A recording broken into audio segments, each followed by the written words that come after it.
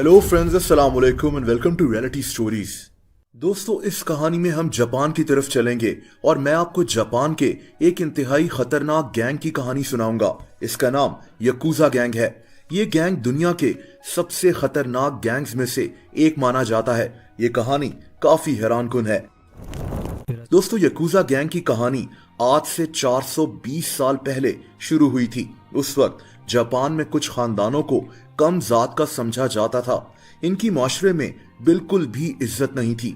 अफसोसनाक बात यह है कि इन लोगों से हाथ तक मिलाने को लोग अपनी तौहीन समझते थे। ना तो इन लोगों को अच्छी नौकरियां दी जाती थीं और ना ही इनके बच्चों को स्कूल में पढ़ने की इजाजत थी। दोस्तों, इन्हीं में से एक खानदान का नाम बुराकुमिन था। ये लोग एक गांव से दूसरे गांव चीजें बेचकर बड़ी मुश्किल से अपना घर चलाते थे, लेकिन इनके लिए गुजारा करना बहुत मुश्किल था और तभी ये लोग भूख प्यास से मर रहे थे। ऐसे हालात में ये लोग गैर कानूनी काम करना शुरू हो गए। दोस्तों, इन लोगों ने एक गैंग तैयार कर लिया जो बाद में यकूजा गैंग के नाम से मशहूर हो गया, जिसकी ये कहानी है। इस गैंग का मकसद सिर्फ पैसा कमाना था, इसीलिए यकूजा गैंग ने हर इल्लीगल काम करना शुरू कर दिया। आहिस्ता आहिस्ता ये माफिया पूरे जापान में फैलने लगा।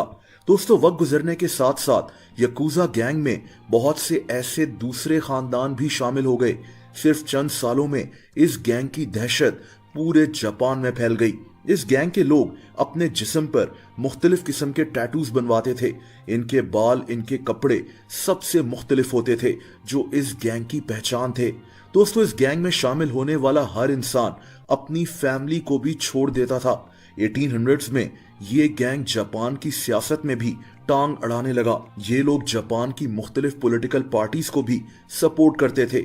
जुआ हो, ड्रग्स हो या स्मगलिंग हो, ये गैंग हर बुरे काम के अंदर घुस चुका था। यहां तक कि ये लोगों को कर्जे भी देना शुरू हो गए।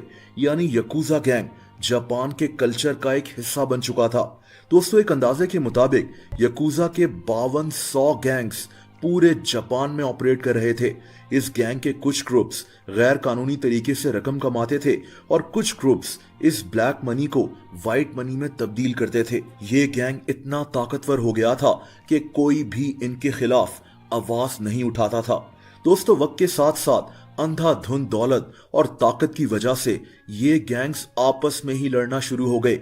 इनके दरमियान गैंग वॉर्स होने लगी, जिसके नतीजे में जापान के मासूम लोग भी मरने लगे। जापान की हुकूमत फैसला कर चुकी थी कि 400 साल पुराने इस गैंग को अब खत्म करना पड़ेगा, लेकिन इस गैंग के लाखों लोग जापान की हर स्ट्रीट में मौजूद थे। ये काम बहुत मुश्किल था और तभी जापानीज हुकूमत ने एक प्लान बनाया। दोस्तों, ये 1991 की बात है, जब जापान की गवर्नमेंट ने एक कानून मुतारिफ करवाया। इस कानून के मुताबिक यकूजा गैंग अपनी ब्लैक मनी को व्हाइट मनी में बदल सकता था। जापान की हुकूमत चाहती थी कि ये लोग सीधे रास्ते पर आ जाएं। दोस्तों, यकूजा गैंग के लोगों ने अपने पैसों से 300 लीगल कंपनीज बना ली और ये लोग लीगल काम करना शुरू हो गए।